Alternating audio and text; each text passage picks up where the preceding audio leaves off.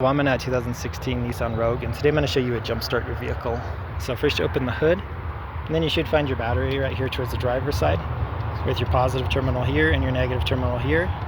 And you can double check these on the battery itself as well. There's usually a plus sign near the positive terminal and a negative near the negative terminal. And after that, I would check each of these terminals for corrosion buildup that look kind of like that. If there is, I would take like a brush or a good rag and clean them up nice. And after that, I would double check these are on nice and tight, because if they're loose, you can tighten them up here for both sides, just to make sure there's a good metal connection.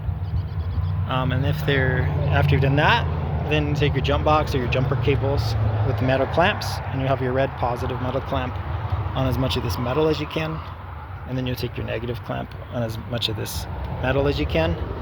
And if you're using jumper cables running to another vehicle, make sure that the vehicle's turned on with the motor running, and you run your positive directly to the positive on the other vehicle and your negative directly to the negative on the other vehicle. You don't want to cross these by mistake. Say if you have the positive running to the negative on the other car, just because that can cause significant damage to computer systems, modules, circuits, fuses, things like that. But once you've had these connected with a good connection for a few minutes or so, hopefully that's got you enough power to get this started. If you've been trying for quite some time and you're still not having any success, you might need to replace this battery.